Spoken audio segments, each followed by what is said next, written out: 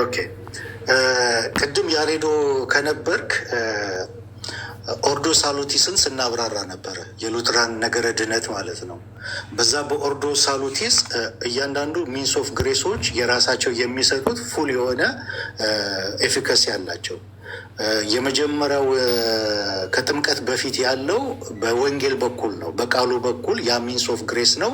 በዛ በኩል ዶናቲዮ ፊዴ፣ ሪጀኔሬሽን፣ ጀስቲፊኬሽን፣ ዲክላሬሽን እነዚህ ነገሮች ሁሉ በህይወቱ ኦከር ያደርጋሉ የሚለውን አስቀምጠናል። ጥምቀት ጋር ስንመጣ ደግሞ ምንድን ነው የምንለው? እኛ አንለየውም። እምነት ብቻ የሚለውን ከጥምቀት አንለይም፣ ከሳክራመንት አንለይም። የአንድ ሳንቲም ግልባጮች ናቸው። ስለዚህ ያ በሲያምን ያገኘውን ነገር ኤፊካሲውን የሚያገኘው ጋራንት የሚሆነው ሲልድ የሚሆነው ጥምቀት ነው ብለን እናምናለን። ያ ልጅነት ሲል የሚሆነው ያ ሲያምን ያገኘው የኃጢአት ስርየት ኤፊካሲውን የሚያገኘው ጋራንት የሚሆነው ሀይሉ ትራንስኮላሮች እንዳስቀመጡት ኮንፌሽናችንም እንዳስቀምጠው ጋራንት የሚሆነው ሲጠመቅ ነው። ጥምቀትን ከድነት አንነጥለውም እኛ ማለት ነው። ስለዚህ ድኖ አሁን ለምሳሌ አንድ ሰው ሲያምን ድኖ ነው በኋላ የሚጠመቀው ወይስ ለመዳን ነው የሚጠመቀው? አሁን እሱ ነው ትንሽ ኮንፊውዝ ያደረገኝ፣ ክሊር እንድታደርጉልኝ ነው። ምክንያቱም ከጴንጤቆስታሎች ጋር በምንወያይበት ጊዜ ድኖ ነው የሚጠመቀው፣ ለመዳን አይደለም። ጥምቀት ዝም ብሎ ምልክት ነው፣ ህብረት ማድረጊያ ነው እንጂ ከዘላለም ሕይወታችን ጋር ከነገረ ድነታችን ጋር የተገናኘ አይደለም የሚል አቋም አላቸው። ዛሬ ደግሞ የእናንተን የሉተሪያን ነገር እየሰማን ስለሆነ ክሊር እንድታደርጉልኝ ነው። አንድ ሰው ድኖ ነው የሚጠመቀው ወይስ ለመዳን ነው የሚጠመቀው? ኦኬ እኛ ድነትን ኢንስታንት ብቻ አድርገን አይደለም የምንገልጠው፣ ሂደታዊ ነው። ስለዚህ ድነናል፣ እየዳንን ነው፣ እንድናለን በሚለው ሂደቱ ስለሆነ የምንገልጠው ለመዳን ነው የሚጠመቀው ሲጠመቅ እንጂ ድኖ አይደለም የሚጠመቀው ማለት ነው። ሲያምን በቃሉ በኩል ሚንስ ኦፍ ግሬስ ነው። በዛን ሰዓት ያገኘው ድነት አለ። ለምሳሌ ጀስቲፋይ በሚሆንበት ሰዓት እኮ ድነትን አግኝቷል። ሪጀሬት አደረገ ማለት ጀስቲፋይ ሆነ ማለት ድነትን አግኝቷል። ነገር ግን ምንድን ነው ያንን ነገር ኤፊካሲውን የሚያገኘው ሲል የሚሆነው ጋራንት የሚሆነው በጥምቀት ነው እያለ ነው። ምክንያቱም ሚንስ ኦፍ ግሬስ ያስፈልገዋል። ይሄ ፕራክቲካል ፓሲቭ ሆኖ ነው ያ ነገር የሚካሄደው። አሁን ግን ከቦንዴጅ ኦፍ ዊል ውስጥ ከወጣ በኋላ ፍቃዱ ፓሲቭ ስለማይሆን አክቲቭ ስለሚሆን ምን ያገኛል? የክርስቶስን ሞትና ትንሣኤ ፊዚካሊ መተባበር አለበት። ክርስቶስን የዛን ጊዜ ይለብሰዋል። ከክርስቶስ ጋር አንድ ይሆናል። ሪጀኔሬሽኑ፣ የኃጢአት ስርየት፣ ሁሉ ነገር በሲያመን በቃሉ በኩል ያገኘው በሙሉ ኤፊካሲውን ያገኛል፣ ሲል ይሆናል፣ ጋራንት ይሆናል ብለን እንገልጠዋለን ማለት ነው። ስለዚህ ጥምቀትን ምን እያልኩ ነው? ከድነት አንነጥለውም። ኢንስታንት ብቻ የሆነ ቅስፈታዊ ብቻ ስላልሆነ ለእኛ ድነት ማለት ነው። ዴቫይ ክርስቶስን ሳይለብስ ግን ክርክር እንዳይመስልብኝ አደራ። ክርስቶስን ሳይለብስ ከክርስቶስ ጋር አንድ ሳይሆን በጥምቀት አንድ ሳይሆን ያ ሰው ድነቱን አግኝቷል። ከክርስቶስ ጋር ህብረት ሲያደርግ ክርስቶስን ሳይለብስ፣ ምክንያቱም የተጠመቃችሁላችሁ ክርስቶስን ለብሳችሁታል ይላል። ክርስቶስን በጥምቀት ሳይለብስ ድኗል ያ ሰው። አስቀድሞ ስንት ድነት ነው ያለው? እሱ ነው ኮንፊዝ ያደረገኝ። ኦኬ በጥንቷ ቤተክርስቲያንም እንደሚገለጠው ካቴኩመን እና ኮንፈርምድ ካቴኩመን ተብሎ ይገልጡታል አይደለ? አባቶቻችን ሳይጠመቅ በፊት ያለው ሰው ያመነ ሰው ያ ክርስቲያን የሆነው ሰው ካቴኩመን ነው። ነገር ግን ኮንፈርምድ አይደለም። ኮንፈርምድ የሚሆነው መቼ ነው? ሲጠመቅ ነው። በሚጠመቅበት ሰዓት ኮንፈርምድ ካቴኩመን ይሆናል ማለት ነው። አሁንም ልክ በእንደዚህ አይነት መልኩ ነው እኛ የምናስቀምጠው ነገረ ድነትን እዛ ጋር። ምክንያቱም ኤክሴፕሽናል የሆኑ ኬዞች ስላሉ ማለት ነው። ያሬዶ ምን ማለት ነው? አንድ ሰው በሚያምንበት ሰዓት በቃሉ በኩል የሚያገኛቸው ድነት አለ። ጀስቲፊኬሽን ድነት ነው ራሱ እኮ። ሪጀኔሬሽን ማግኘት ማለት ድነት ነው እኮ።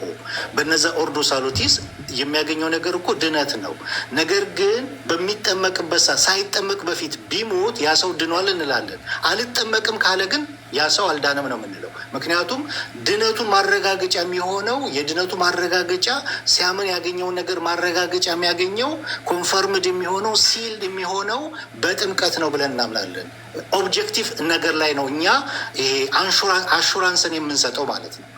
ቅድም ስናገር ከነበር በሰውየው ንግግር ላይ አይደለም፣ በሰውየው ስሜት ላይ አይደለም አሹራንስን የምናስቀምጠው፣ ኦብጀክቲቭ በሆነ ነገር ላይ ነው የምናስቀምጠው። ጥምቀት የእግዚአብሔር ስራ ስለሆነ በዛ ኦብጀክቲቭ ላይ ነው አሹራንስን የምናስቀምጠው ማለት ነው።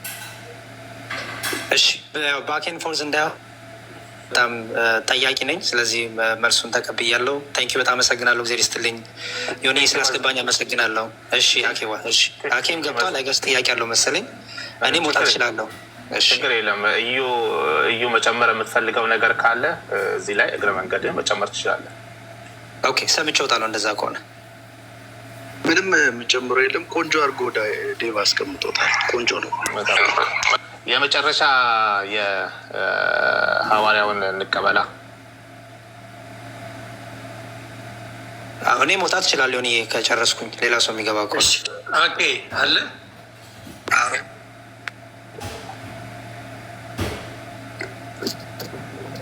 ሰላም ለሁላችሁ። አሎ ዮኒ እንዴት አላችሁ? ሰላም ብያለሁ።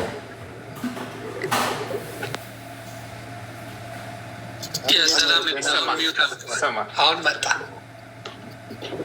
ኦኬ አሪፍ። እሺ እየተሰማ ከሆነ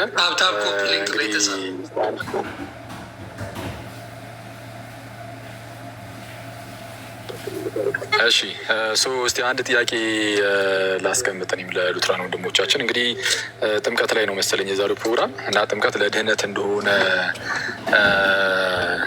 እንደሚያምኑ ይነግሩናል። ያው ኮንፌሽኖቻቸው ላይም አለ ጥምቀት ለድህነት ነው የሚል። መልካም፣ ግን ጥያቄው ምን ላይ ነው? በሉትራን ውስጥ አንድ ሰው ወደ ድህነት ሲመጣ ወደ ድህነት ከመምጣቱ በፊት ፈቃዱ የሞተ ነው የሚል እምነት ስላለ ጥያቄ ፈቃድ ላይ አይደለም ጥምቀት ላይ ነው። እንዴት እንደው ጥያቄው ከጥምቀት ጋር እንዴት እንደሚገናኝ አስቀምጣለሁ። ፈቃዱ የዛ ሰው ፈቃድ ሞቷል ነው የሚሉት እና ነፃ ፈቃድ የለውም ለመዳን ነፃ ፈቃድ የለውም ሰው የሚል ትምህርት ስላለ በሉትራን ዘንድ።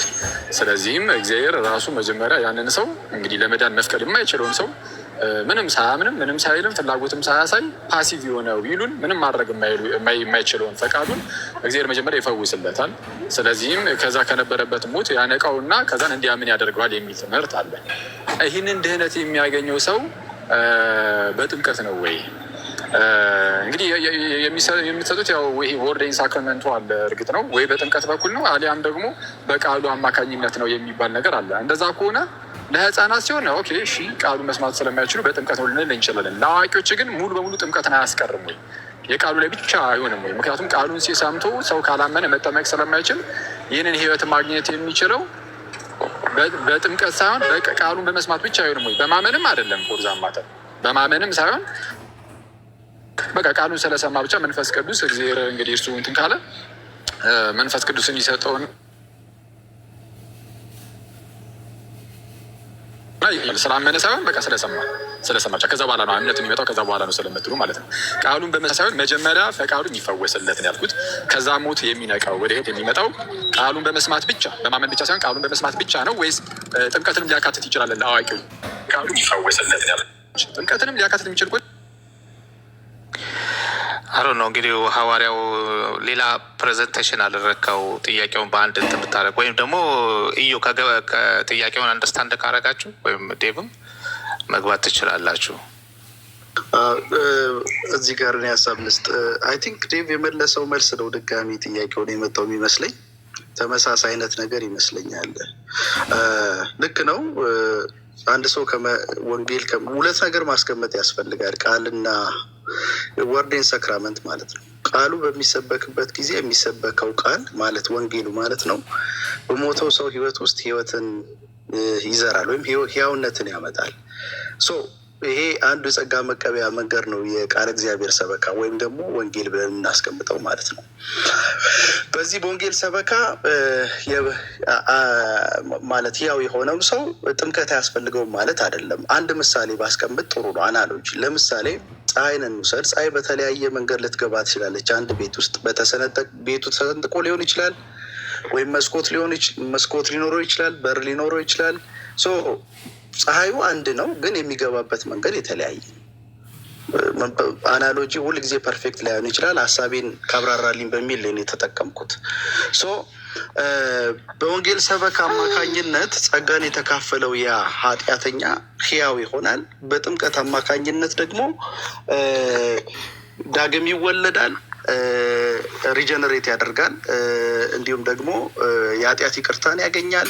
በነገራችን ላይ ቃል እግዚአብሔር ቃል ምንለው የእግዚአብሔርን ቃል ሰበካ የምንለው ጥምቀት ምንለው የጌታ እራት የምንላቸው ነገሮች እምነትን ምንድን ነው የሚያጠነክሩ ናቸው። በጥምቀት ውስጥ ስለ እምነት ነው የምናወራው። በጌታ እራት ውስጥም ስለ እምነታችን የሚጠነክር ስትሬንግዝን የሚሆንበት ነው እንጂ የሆነ ታይም ላይ ዳነ ከዛ በኋላ ሌሎቹ ጀስት ስርዓታዊ ናቸው የሚል አይነት ግንዛቤ የለም። ወይም ደግሞ ቅድም ዴቭ እንዳነሳው አንድ ጊዜ ብቻ ሰውየው ድነዋል፣ ከዛ በኋላ እስከ መጨረሻው ድረስ ድነዋል እና በቃ የሚል ነገር የለም። ምክንያቱም ሉተራውያን ክህደትም እንዳለ ሰው ከእምነት ሊጎድል እንደሚችል እንደሚጠፋም ስለሚታመን ማለት ነው። በዚህ አይነት ምናልባት ጥያቄን ከመለስኩት። እሺ አሁን ይሄ ያው እንግዲህ ጠቅለል ያለውን ነገር ለመናገር ነው መሰለኝ ሞከርኩ በእናንተ ዘንድ የሚታመነውን። የእኔ ጥያቄ ግን ስፔሲፊክ በሆነ መልኩ ምን የሚል ነበር? አንድ ሰው ሞቷል በኃጢአት ምክንያት፣ እንግዲህ በአዳም በኩል በመጣው ኃጢአት ሞቷል ተብሏል። አሁን ጥያቄውን ሁላችሁም በደንብ ስሙ። ተጠያቂያኑ ብቻ ሳይሆን ሌሎቹ አዳማጮችም ማለት ነው። አንድ ሰው በአዳም በኩል የመጣው ሞት ውስጥ ገብቷል። በአዳም በኩል የመጣው ሞት ውስጥ ሲወድቅ የወደቀበት አወዳደቅ በጣም ከፍተኛ ከመሆኑ የተነሳ ነጻ ፈቃድ የሚል እምነት አለ በሉትራኖች ዘንድ። በእኛ ዘንድ ሳይሆን በሉትራኖች ዘንድ ፈቃዱን ማጥቷል፣ ነጻ ፈቃድ የለውም የሚል እምነት አለ። ነጻ ፈቃዱን ስላጣው ከዚህ ከወደቀበት ሞት መፍቀድ አይችልም። መፍቀድ ስለማይችል እግዚአብሔር ነው በቃ በራሱ በጸጋው ብቻ በራሱ ብቻ በእግዚአብሔር ፈቃድ እንጂ ያለ ሰውየው ፈቃድ ከዛ ከሞት ወደ ህይወት ያመጣዋል። ከሞት ወደ ህይወት ለመምጣት የሚያስፈልገው ጥምቀት ነው ወይስ የቃል ስብከት ነው የሚለው ላይ እንዴት እንደጠየቁ ላሳያችሁ። ለምሳሌ ህፃናት ከሆነ እንደዚህ እናደርገው የተወሰነ በደንብ ሰው እንዲረዳው። ለምሳሌ አንድ ህፃን ልጅ ከዚህ ከሞት ወደ ህይወት ለማለፍ ማለት ነው በአዳም በኩል ከመጣው ከዚህ ሞት ወደ ህይወት ለመምጣት የቃል ስብከት ነው የሚያስፈልገው ወይስ ጥምቀት ነው? መጀመሪያ ችን ንገሩኝ የህፃናትን፣ ከዛ ይቀጥላለሁ ጥያቄውን። አንዳችሁን ትበሉና ይቅርታ ጋር ጥምቀት ነው እንትን አጠር ያለ መልስ እያደረግን አንድ ይችን እንድትረዷት ነው ጥያቄ። እየተቆራረጠ ነው ቤተሰብ አኬ እየተሰማ ስላልሆነ ፕሊዝ ታፕ ኮፒ ሊንክ አድርጎ አንዴ ፕሊዝ። እየሰማችሁ ነው? ከታች ይሰማል? አሁን እየመጣ እሺ የሚሰማ እየተቆራረጠ ነው ሆነ። የእኔ አሁን የመጀመሪያው ጥያቄ ምንድን ነው? አሁን እች ስትመልስ በጣም ከወጣ ቆይ አንዴ ቆይ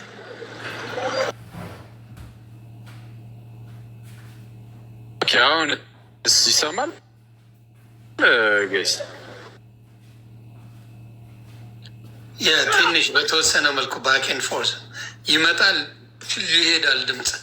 ታፕ አንድ ቤተሰብ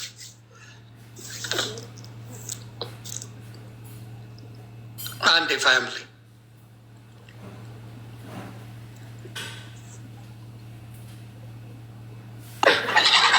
እስቲ እንዴት ነው? እስቲ አሁን አውራ እስቲ ምን አውራ አሁን ከተሰማ እስቲ መንገድ ወጣ ገባ እያልክ ነው።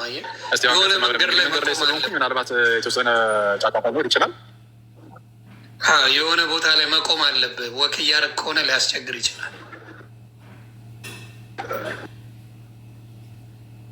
የሆነ ቦታ ላይ ቆምና ብታደርገው ይሻላል። እስከዛ ፕሌስ ታፕ ኮፒ ሊንክ አድርጎ ይስተካከላል ኔትወርኩ።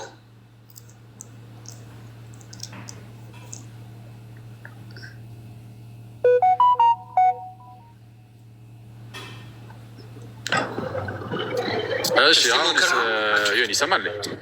አሁን ይሻላል። እስቲ አሁንስ ጎ አሄድ። እስቲ እንግዲህ የሚሰማ ከሆነ ቦታ ካልሆነ ወጥቼ ይገባለሁ። እዛው የተመዳት አጋጣሚ መንገድ ላይ ነኝ። እስቲ የሚረብሽ ድምፅ ካለ እንግዲህ ይቅርታ እየጠየቁኝ እንትን ነው ጥያቄውን እንግዲህ ያው እየተቆራረጠ ከነበረ እንትን ልበል በደንብ ያው እንግዲህ እዚህ ጋር የምንጠያየቀው እነሱ ለመጠየቅ እኛ ለመጠየቅ ብቻ ሳይሆን ሌላውም ህዝብ እንዲረዳው ስለሆነ በደንብ እንድትረዱት ጥያቄውን ግልጽ ላደርገው። ምንድነው ጥያቄው? ቅድም እያልኩ የነበርኩት ማለት ነው በአዳም በኩል የመጣ ሞት አለ እንደምታውቁት እና በአዳም በኩል የመጣው ሞት ላይ ያለ ትምህርት ምንድን ነው? በሉትራን ዘንድ በቃ ሰው በአዳም በኩል ሲሞት የሞተው ክፉኛ ከመሆኑ የተነሳ ለመዳን ፈቃዱን እንኳን አጥቷል፣ ነፃ ፈቃድ የለውም የሚል ትምህርት አለ ብያችሁ ነበረ። ነፃ ፈቃድ የለውም፣ ለመዳን ነፃ ፈቃድ የለም። ታዲያ ነፃ ፈቃድ ከሌለው እንዴት ነው የሚድነው? በቃ እግዚአብሔር ራሱ በራሱ በእግዚአብሔር ፈቃድ እንጂ ያለ ሰውየው ፈቃድ፣ በሰውየው ፈቃድ ሳይሆን በእግዚአብሔር ፈቃድ ሰውየውን ያድነዋል። ሲያድነው እንዴት ነው የሚያድነው ነው የማዳኛው መንገድ እንዴት ነው የሚለው ላይ የሚሰጡን ጥምቀትና ቃሉ ነው። በቃ ቃሉ ሲሰበክ ሰውየው ያምናል ሳይሆን በቃሉ ስብከት ውስጥ ሳያምን በፊት መንፈስ ቅዱስ ሲሰጠው እና እንዲያምን ያደርገዋል። ያንን ሰውዬ ራሱ እግዚአብሔር መንፈስ ቅዱስን ሰጥቶ እንዲያምን ያደርገዋል። ገና ሳያምን በፊት ማለት ነው። ስለዚህ ሳያምን በፊት መንፈስ ቅዱስ ያስፈልገዋል። ያ ሰው እንዲያምን መንፈስ ቅዱስ ያስፈልገዋል። አሁን ይህንን የሚያገኘው ወይ በጥምቀት ነው ወይ ደግሞ በቃሉ በኩል ነው፣ በሚሰበከው ስብከት በኩል ነው። ለምሳሌ ለህፃናት ሲሆን እንዴት ነው ይሄ ነገር የሚሰራው? በቃሉ ስብከት ሊሆን አይችልም ብዬ አስባለሁ። ምክንያቱም ስለማይሰሙ ስለዛ በጥምቀት ነው የሚሆነው ወይስ እንዴት ነው? የህፃናቱ ልክ ስትነግሩኝ አዋቂዎች ላይ ጥያቄው ምን እንደሆነ ከጥምቀት አንጻር ልንገራቸው። ህፃናቱ እንዴት ነው በጥምቀት ነው ወይስ የምር በስብከትም ጭምር ነው ከዚህ ሞት የሚወጡት ከዚህ ከሞት ወደ ህይወት የሚመጡት? አጠር ያለ መልስ ብትነግሩኝ ከዛን ጥያቄ ቀጠለን ደግሞ ላቅርብ። በእኔ ሀሳብ ልስጥና ይቀጥላል። አኬ እዚህ ጋር ምናልባት ያልተገነዘብከው ነገር ስላለ ክላሪፋይ ላድርግልህ። ጥምቀትንና የወንጌል ስብከትን ፍጹም የሚለያዩ አድርጎ ማስቀመጥ በሉትራን ዘንድ የለም። ምን ማለት ነው? ለምሳሌ ጥምቀትን ከእግዚአብሔር ቃል ልትለየው አትችልም። ካህኑ ክርስቶስን ወክሎ የሚቆም ካህን ነው። በሉትራን አስተምሮ እሱ የእግዚአብሔርን ቃል ወርድ ኦፍ ኢንስቲትዩሽን ይባላል። የእግዚአብሔርን ቃል እየጠቀሰ ወይም እየተናገረ ያጠምቃል። ጥምቀትና የእግዚአብሔር ቃል የተለያዩ አይደሉም። የእግዚአብሔር ቃል ስንል ወንጌል ሰበካው፣ ተስፋ ቃሉ ምንላቸው ናቸው። ጥምቀት ከእግዚአብሔር ቃል የሚለይ አይደለም ማለት ነው። በመሰረታዊ ደረጃ የተያያዘ ነው። ጥምቀት ሲባል ውሃ ውስጥ ገብቶ ብቻ የመውጣት ጉዳይ አይደለም። ይሄ የጥምቀት ክንዋኔ ራሱ የእግዚአብሔር ቃል አብሮት ያለ ነው። እሱ ኢንፋሳይዝ መደረግ አለበት። ሁለተኛ ወደ ህፃናት ስንመጣ ህፃናት የእግዚአብሔር ቃል አይሰበካቸውም የሚል ነገር የለም። ምክንያቱም ካህኑ ልክ የእግዚአብሔርን ቃል ጠቅሶ ነው የሚያወራው እኮ በሚያጥምቅበት ሰዓት በአብ በወልድ በመንፈስ ቅዱስ ስም አጠምቃቸዋለሁ ሲል እኮ ስብከተ ወንጌል እየተናገረ ነው የሚያጠምቀው። ያ የሚናገረው ቃል ቫኒቲ ከንቱ ንግግር አይደለም። በዛ ልጅ ህይወት ውስጥ ምንድነው ኦሪጂናል ሲንን አስወግዶ ያንን ልጅ ህያው የሚያደርግ ዳግም የሚወልድ ወደ ክርስቶስ አካል የሚጨምር ነው። ስለዚህ ጥምቀቱ ከእግዚአብሔር ቃል ተለይቶ የሚታይ አይደለም ለማለት ፈልጌ ነው። ሁለቱ የተያዙ ናቸው። ምናልባት እዚህ ላይ ዴብ የሚጨምር አንድ የቆዚች ላይ እንድረዳ መጀመሪያ እንትን ልበል፣ ይቅርታ። ስለዛ አሁን በቃሉ በኩል ሲባል በሚሰበከው ስብከት በኩል ድህነት ይሰጣል ተብሎ ሲነገር ሰውየው መስማት የማይጠበቅበት ነው። ምክንያቱም ህፃናት መቼ ይሰማሉ አንልም አይደል? እምነት ከመስማት ነው፣ መስማትም በእግዚአብሔር ቃል ነው እንደሚል ህፃናት ይሰማሉ። ይሰበካል አልከኝ፣ ቃል ይነገራል፣ ትክክል ነው። እሱማ የትም ቦታ አለ። ግን ህፃናቱ ይሰሙታል ወይ ነው ወይስ በሚሰበከው በኩል ያድናል ሲባል ሰውየው መስማትም አይጠበቅበትም? ዝም ብሎ እንደዚሁ ነው ብቻ የሆነ ቦታ ይሰበክ ሰውየው ሰምቶ ሰማውም አልሰማውም ዝም ብሎ ያድናል ነው? ህፃናት ሊሰሙ ስለማይችሉ ማለት ነው።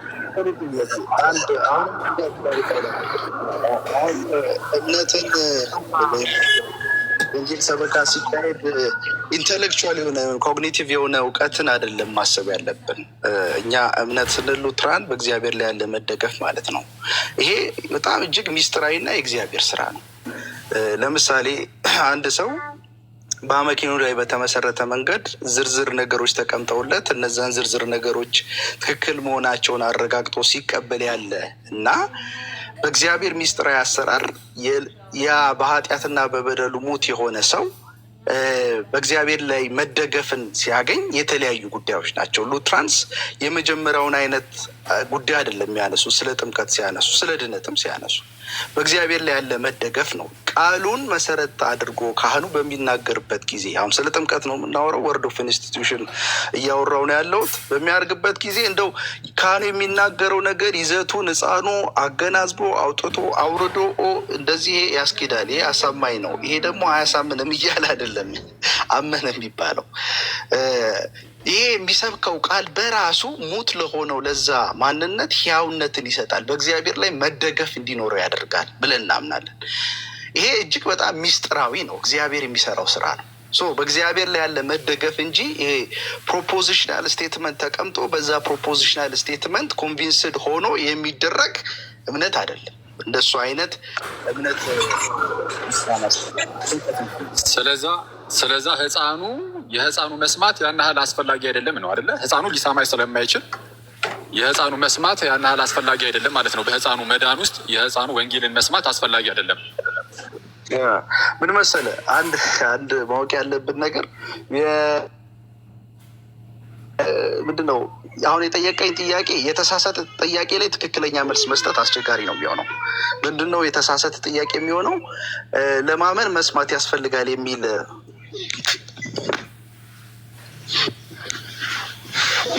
አይደለም። ማመኑ ላይ አይደለም ዩሲ ለማመን መስማት ያስፈልጋል። እሱን ያልኩት እኔ አይደለሁም፣ ጳውሎስ ነው። ሮሜ 10 ላይ እምነት ከመስማት ነው፣ መስማትም በእግዚአብሔር ቃል ነው ያለው። ያው ቀጥታ ግን የኔ አሁን ጥያቄ ምንድን ነው?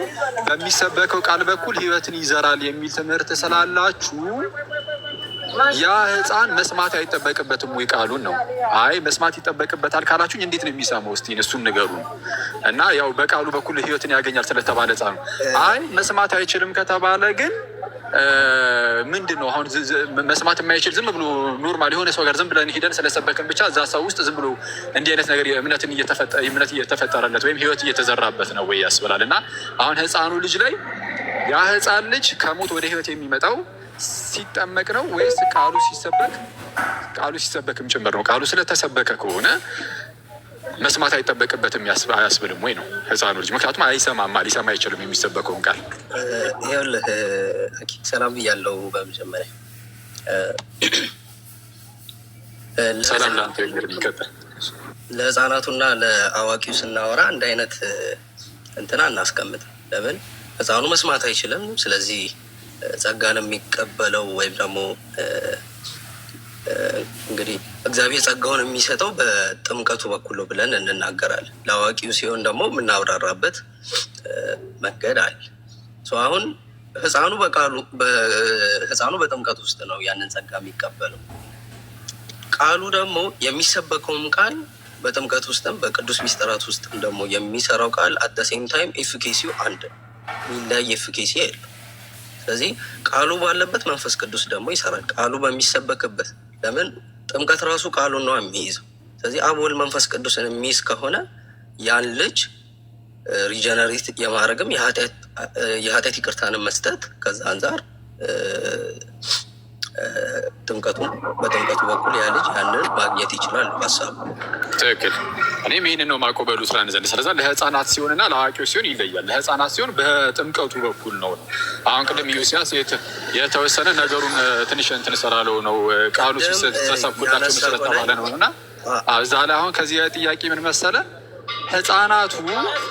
ህፃናቱ ከሞት ወደ ህይወት መምጣትን የሚያገኙት በጥምቀት ነው። አዋቂዎች ላይ ግን እንሂድና አዋቂዎች ከሞት ወደ ህይወት የሚመጡት ልክ እንደ ህፃናቱ ሁሉ የቃል ስብከትን አልፎ ጥምቀት ላይ ሊሆን የሚችልበት አግባብ አለው። ምክንያቱም ጥምቀት ከቃል ስብከት በኋላ የሚመጣ ነው ሁልጊዜም ቢሆን ለአዋቂዎች እንግዲህ እንደዛ ነው ብዬ አስባለሁ። እናንተ ጋር ሰውን የምታጠምቁት ሰብካችሁ አስተምራችሁ እንደሆነ ተስፋ እናደርጋለን። እንደዛ ከሆነ አስቀድሞ ሲሰበክ ኦልሬዲ ከሞት ወደ ህይወት ይመጣና ከዛ በኋላ ነው የሚጠመቀው ወይስ ስትሰብኩት በዛ በቃል ስብከት ላይ ከሞት ወደ ህይወት ሳይመጣ የጥምቀት ሰዓት ላይ ነው ከሞት ወደ ህይወት የሚመጣው? ለአዋቂዎች ሲሆን፣ ለህፃናት ሲሆን ጥምቀት ነው ተብሏል። ለአዋቂዎች ሲሆን ግን በመጀመሪያ መጽሐፍ ቅዱስ ኤክስፕሊሲትሊ ሪጀነሬሽን ይሄ ብቻ ነው ብሎ ዲፋይን አድርጎ ዘግቶታል። አንድ ሚኒንግ ብቻ ነው ያለው። እዛ ይላል። አንድ ምን አልከኝ? ሪጀነሬሽን ዲፋይን ሲያደርገው በአንድ መንገድ ብቻ አስቀምጦታል። ላይክ ይሄ ነው ብሎ ብቻ ያስቀምጠበት ነገር አለ ሪጀነሬሽን ሲያብራራ። እንግዲህ ሪጀነሬሽንን መጽሐፍ ቅዱስ የተጠቀሰባቸውን ቦታዎች ሁሉ ስንመለከት የሚገናኘው ከምን ጋር ነው? አስቀድመን ከነበርንበት ሞት ወደ አዲስ ሕይወት መምጣታችንን ወይም ደግሞ ይሄ ደንዳናው ልባችን የመታደሱን ያንን የሚያመለክት ነው። ምንም ዮሐንስ ወንጌል ምዕራፍ 3 ቁጥር 5 ማየት ይቻላል። ቲቶ ምዕራፍ 3 ቁጥር 5 ማየት ይቻላል። አንደኛ ምንድን ነው? ኦኬ ቆላሲስ ላይም ማየት ይቻላል። ቆላሲስ ምዕራፍ 2 ላይም አለ። ይህ ስጋችሁ ባለመገረዝ ሙታን በነበራችሁበት ሰዓት የሚለው ቆላሲስ ምዕራፍ 2 ከቁጥር 10 ከቁጥር 11 ጀምሮ ያለውን ማየት ይቻላል። ፕላስ ደግሞ ኤፌሶን ምዕራፍ 2 ላይም ማየት ይቻላል። እንደ አዲስ ተፈጠርን በክርስቶስ የሚለው ማለት ነው። ስለዛ ይሄ እንደ አዲስ መፈጠርን የሚያሳይ ነው። ሪጀነሬሽን እንደ አዲስ መፈጠርን ያሳያል። የመጽሐፍ ቅዱስ የተለያዩ ንባባትን ካየን በቃ እንደ አዲስ መፈጠር ነው። አስቀድሞ ከነበረው አሮጌው ማንነት ወደ አዲስ ሕይወት መምጣትን የሚያሳይ ነው። ሮሜ ምዕራፍ 6ም ይህንኑ ነገር ያሳያል። በክርስቶስ በኩል የሆነውን አዲስ ሕይወት ማለት ነው። ሰው አስቀድሞ ከነበረበት አዳማዊ ከዛ ሞት ማለት ነው፣ ከዛ ክፉ ሞት ነፃ ፈቃድን እንኳን ካሳጣው ከዛ ሞት የሚመለሰው ለሕፃናት ሲሆን በጥምቀት ከሆነ ለአዋቂዎች ሲሆን እንዴት ነው? በጥምቀት በኩል ነው ወይስ በሚሰበከው ቃል በኩል? ምክንያቱም በሁለቱም ካልከኝ ልክ ሲሰበክ ከዛ ከሞት ወደ ሕይወት ከመጣ 2 ጊዜ ከሞት ወደ ሕይወት አይመጣም፣ ይታወቃል፣ ግልጽ ነው።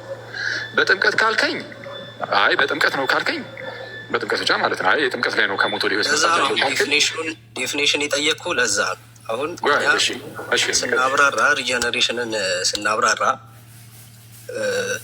በ3 መልኩ ይብራራል። ለምሳሌ አንድ የሉትራን ቴዎሎጂያን አለ ሊንድበርግ የሚባል አለ። እሱ ሲያስቀምጥ እንዴት ነው ያስቀመጠው? ወይም ደግሞ ሰመራይዝ ነው ያደረገው የሉትራኑን ስነ መለኮት ሰመራይዝ አድርጎታል። ምን ብሎ ነው ያስቀመጠው? በ3 መልኩ አስቀምጦታል። ከዛ እነዛ ደግሞ አብራርቷል በደንብ በበቂ ሁኔታ። ምን ብሎ ነው ያስቀመጠው? የመጀመሪያው ስትሪክት ዲክታ አለ፣ ስትሪክቲዝም ዲክታ አለ፣ ከዛ ሌስ ዲክታ አለ። ሪጀነሬሽን ነው የሚያብራራው። የመጀመሪያው ላይ ስንመጣ ይሄ ወደ ሕይወት መምጣትን የሚያመለክተው ላይ ወይም ደግሞ ይሄ በስትሪክቱ ሴንስ ሲወራ የመጀመሪያው ሪጀነሬሽን ወደ ሕይወት መምጣት ነው። ያ ማለት ከዛ ሞት ከነበረው ሕይወት ወደ አዲሱ ሕይወት የሚመጣበት ያ የሞተው ሰው ሕይወት የሚያገኝበትን ያንን እናወራለን። ስለዚህ ያ ደግሞ አዋቂው ሰው ደግሞ ወደ ጥምቀት ከመምጣቱ በፊት ደግሞ ቃሉ ይሰበክለታል። ስለዚህ በቃሉ በኩል ደግሞ የሚያገኘው ምንድን ነው? እምነትንም ይፈጥርለታል። ያ ሰው ሪጀነሬት ሆነ ስንል ወደ ሕይወት መጣ ነው ምንለው። ስለዚህ በባፕቲዝም ደግሞ ያ ሰው ምንድን ነው የሚሆነው? ሪጀነሬት ይሆናል። ያ ማለት በምን ኤግዛምፕል ያስቀምጠዋል ሊንድበርግ? አንድ ሕፃን ልጅ በእናቱ ማህፀን ሆኖ ሕይወት አለ። ምክንያቱም ያው አቦርሽንን ምናምን ስንቃወም አሁን ሕይወት ስለሆነ ነው ያ ሕፃን ልጅ ወይም ደግሞ ሕይወት አለው ስለሚባል። ስለዚህ በእናቱ ማህፀን ነው ሕይወቱ የሚጀምር ያ ልጅ። ግን ፉሊ ያንን ያገኘውን ሕይወት ወይም ደግሞ ያንን ሕይወት ኤክሰርሳይዝ ማድረግ የሚችለው ያገኘውን ፓወር ኤክሰርሳይዝ ማድረግ የሚጀምረው ከተወለደ በኋላ። ስለዚህ ይሄንንም ወደዚህ ስናመጣው እንዴት ነው አንድ ሰው ሪጀነሬሽኑ ፉል የሚሆነው ወይም ፐርፌክት የሚሆነው የት ጋር ነው? ያው ፐርፌክት አይደለም እያለን ሳይሆን ግን በደንብ ሲልድ የሚሆነው የሚጠብቀው ባፕቲዝም ጋር። ስለዚህ ያ ሰው ቃሉ ሲሰበክለት ወደ ሕይወት ይመጣል። ከዛ ግን ባፕቲዝም ጋር ሲመጣ ደግሞ ሪጀነሬትም ሲሆን ያው ሪጀነሬሽን ኮንቲኒው አለው ስለምንል የእኛ ኦርዶ ሳሉቲስም ዋን ታይም ስላልሆነ ወይም ደግሞ ጀስቲፊኬሽንንም ስናወራ ኮንቲኒዋል አስፔክት አለው ብለን ስለምንናገር ከዛ አንጻር ያ ሰው ራይቸስነስን እየተቀበለ ይሄዳል። ልክ በአብርሃም ሕይወትና በዳዊት ሕይወት እንዳየ ነው ማለት ነው። ስለዚህ ያ ሰው በቃሉ ሪጀነሬት ይሆናል መጽሐፍ ቅዱስም ስለሚያስቀምጥ፣ በባፕቲዝምም ደግሞ ሪጀነሬት ይሆናል። በቃሉ ጋር ግን ሲሆን ምንድነው ይሄ የመጀመሪያውን ታይፕ ሪጀነሬሽን ይሄ ወደ ሕይወት መምጣቱ። ያ ሰው ወደ ሕይወት የሚመጣ አንዴ ነው ኦብቪየስሊ፣ ያ የሚደጋገም ነገር አይደለም። ግን ከዛ በኋላ ያንን ፓወር ኤክሰርሳይዝ ማድረግ ያ ያገኘውን አዲስ ሕይወት ኤክሰርሳይዝ ማድረግ ጋር ሲመጣ ግን ያ ሰው ሪጀነሬሽኑ ባፕቲዝም ኢፌክቲቭ የሚሆነው ነው ሀሳቡ። እሺ በጣም አሪፍ። እሺ ኤርሚ፣ ስለዛ ከሞት ወደ ህይወት ሲመጣ ለአዋቂው ሰውዬ መጀመሪያ ማለት ነው እንግዲህ ከዛ ከአዳማዊ ሞት ብዬ ስለጠየቁትም ለዛ ነው ስፔሲፊክ አድርጌ ሪጀነሬት ሲያደርግ ዳግም ሲወለድ የመጀመሪያውን እንበለውና አሁን አንተ እንዳልከው ከሞት ወደ ህይወት ሲመጣ በጥምቀት ሳይሆን በቃል ስብከት ነው ማለት ነው። እዚህ ላይ እንደዛ ነው ሀሳብ መሰለኝ። ከዛ በኋላ ቀጣይ ግን ይሄ ከሞት ወደ ህይወት የመጣው ሰው በዛው ደግሞ እየጠነከረ ምናምን ይሄዳል አይነት ነገር ነው። በጥምቀትም ምናምንም ያው እንደ ሲልም ሆነ ያገለግላል ነው። ስለዛ መጀመሪያ ፋይን መደረግ አለበት ያልኩ ለዛ ነው። አዎ ከሞት ወደ ህይወት ብዬ እኮ የጠቀስኩልህ እኮ መጀመሪያ ከዚህ ከአዳማዊ ሞት ጋር እኔ እሱ ጥያቄ የኔ ጥያቄ ግን ከአዳማዊ ሞት ነው። ከአዳማዊ ሞት ወደ ህይወት ለመምጣት ነው የኔ ጥያቄ። ይኸው ይሄ ስፔሲፊክ ነው አይደለ? ከአዳማዊ ሞት ወደ ህይወት ለመምጣት በአዳም በኩል ከመጣው ነፃ ፈቃድን ካሳጣው ከዛ ሞት ሰው ተላቁ ወደ ህይወት ለመምጣት በጌታ በክርስቶስ በኩል የሆነውን ህይወት ለማግኘት የመጀመሪያውን ማለት ነው። ለአዋቂዎች በጥምቀት ነው ወይስ በቃል ስብከት ብቻ ነው? ኤርሚንስቲ ቆርኔሌዎስ ስፔሲፊክ አድርገን ቆርኔሌዎስ ሉተር ቆይ ይጨርሱ። ኦክስበርግ አለ፣ ከዛ ዳዊት ይጨርስ። ዴቪ ጨምርበታል። ግን እኔ ችል እንትን ላድርግ፣ ያው ብዙ እያወራው ስለሆነ ለዴቭ ምድል ለመስጠት ያው አሁን መጀመሪያ የጠየቁ ጥያቄ ምንድነው ለእንትኔም እንዲሆነኝ ለእኔም ላካሄድም እንዲመች ሪጀነሬሽንን ባይብል በቃ ወደ ህይወት ማምጣት ብቻ ነው ብሎ ዲፋይን አድርጎታል ወይ ብዬ ነበር ከዚህ በፊትም። የኔ ሪጀነሬሽን አይደለም እኮ ቃሉን ራሱ የጠቀምኩ አንተ ነህ እንጂ እኔ ያልኩት ከአዳማዊ ሞት ወደ ህይወት ነው። ስለ አንተም እንደምታምን ማወቅ አለብኝ። አሁን ቀጣይ ይኸው ከአዳማዊ ሞት ይኸው ይህን አሁን ጥያቄ ወደ አዲሱ ህይወት መግባት ከሆነ በቃሉ በኩል ነው ምንለው እንጂ በጥምቀት አይደለም። ለአዋቂዎች ለህፃናት ሲሆን በጥምቀት ነው፣ ለአዋቂዎች ሲሆን ደግሞ በቃሉ ብቻ ነው። በጥምቀት አይደለም። ያው ቃሉን ቀድሞ ይሰማል። ቃሉን ደግሞ እኮ ቀድሞ ይሰማል እኮ ያ ሰው። ስለዚ ለአዋቂዎች ሲመጣ ለህፃናት ሲሆን ቅድም ጥምቀት ነበር ያልከኝ። አሁን ለአዋቂዎች ግን በጥምቀት ሳይሆን በቃሉ በኩል ነው። ህፃኑማ ባፕቲዝም ላይ ነው የሚያገኘው እኮ። ትክክል ነው። አይ እየተከራከርኩኝ አይደለም ኤርሚ፣ የእናንተን እምነት ለማወቅ ነው። የህፃናት ሲሆን በጥምቀት አዋቂዎች ሲሆን ግን በጥምቀት ሳይሆን ቃሉን በመስበክ ሙሉ ደግሞ እዚህ ጋር ግን ግልጽ እንድታደርግልኝ በማመንስ ነው ከሞት ወደ ህይወት የሚመጣው ወይስ በስብከቱ ብቻ ነው ማለት? እስኪ ትንሽ እንትን አድርገው የአሁኑን ሀሳብ ብቻ። እሺ ከአዳማዊ ከዛ ሞት ወደ ህይወት ለመምጣት የቃሉን ስብከት ይሰማና ሰውየው አምኖ ነው የሚወጣው ወይስ አያምን ነው ማለት? ቃሉ ሲሰበክለት ያምናል ወይ ነው? አምኖ ነው። አዎ አምኖ ነው ወደ ህይወት የሚመጣው ወይስ ወደ ህይወት መጥቶ ነው የሚያምነው? ሪጀነሬት ነው የሆነው መጀመሪያ። ለምን ወደ ህይወት መምጣት አለበት ያ ሰው። ስለዛ አንድ ይቅርታ ልደት፣ በጣም ይቅርታ እንትን ትላለህ። ስለዛ ወደ ህይወት ከመጣ በኋላ ነው የሚያምነው። ሚኒንግ በጥምቀት ብቻ ሳይሆን በእምነትም አይደለም ማለት ነው ወደ ህይወት የሚመጣው። እንደዛ ካመጣህ እኮ ዮሐንስ 1:13 ያለው ይፈርሳል። በሰው ፈቃድ አይደለም ይላል። እሱን ማለት አይደለም። እሱ በሰው ፈቃድ አይደለም የሚለው ከስጋ መወለድ አንጻር ነው። በሰው ፈቃድ አልተወለዱም ማለት ከስጋና አይደለም የሚያወራው። ችግር የለም። ሪጀነሬሽንን ያወራል፣ ግን ከስጋ ፈቃድ አልተወለዱም ማለት የተወለዱት ከእግዚአብሔር ነው። ስለዚህ ሪጀነሬት እየሆኑ ያሉት በእግዚአብሔር ፈቃድ ነው እንጂ በሰው ፈቃድ አይደለም ነው ሀሳቡ አይደለም? አይ እንደዛ አይደለም ሀሳቡ፣ እንደዛ አይደለም። ዮሐንስ ወንጌል ምዕራፍ 1 ከላይ ከፍ ብለህ ቁጥር 11 ጀምረህ ስትመለከተው ወደ ራሱ ሰዎች መጣ፣ የገዛ ወገኖቹ ግን አልተቀበሉትም ይልና ለተቀበሉት ግን በስሙም ለሚያምኑት ለእነርሱ የእግዚአብሔር ልጆች ሁሉ ስልጣን ሰጣቸው ይላል። ለማን? ለሚያምኑት። ያለ እምነት የሆነ የእግዚአብሔር ልጅነት የለም። ይቅርታ ኤርሚ፣ እየተከራከርኩ አይደለም፣ መከራከር ጉዳይ ስላልሆነ ጥያቄ ብቻ ላቅርብ እና ስለዛ አሁን ሰው ከሞት ወደ ህይወት ሲመጣ በዛውም እኮ ሰውም እንዲያቆም ነው እምነታችሁን እንጂ ይሄ እኮ ትክክል ነው። በቃ ይህን አውቀዋለሁ። ሰው ከሞት ወደ ህይወት የሚመጣው በጥምቀት ብቻ ሳይሆን በጥምቀት አይደለም። አሁን አንተ እንዳልከኝ ከሆነ ለአዋቂዎች ሲሆን ማለት ነው። በእምነትም አይደለም። በቃ ቃሉ ብቻ ይሰበካል። እግዚአብሔር ነው ስራውን የሚሰራው። ሰውዬው ሳያምን ከሞት ወደ ህይወት ያመጣውና ከዛ እንዲያምን ያደርገዋል የሚለውን እሱ እንትን ምንድን ነው። በቃ ቴንኪው ስ ዜር ያክብር ልጅ እርሜ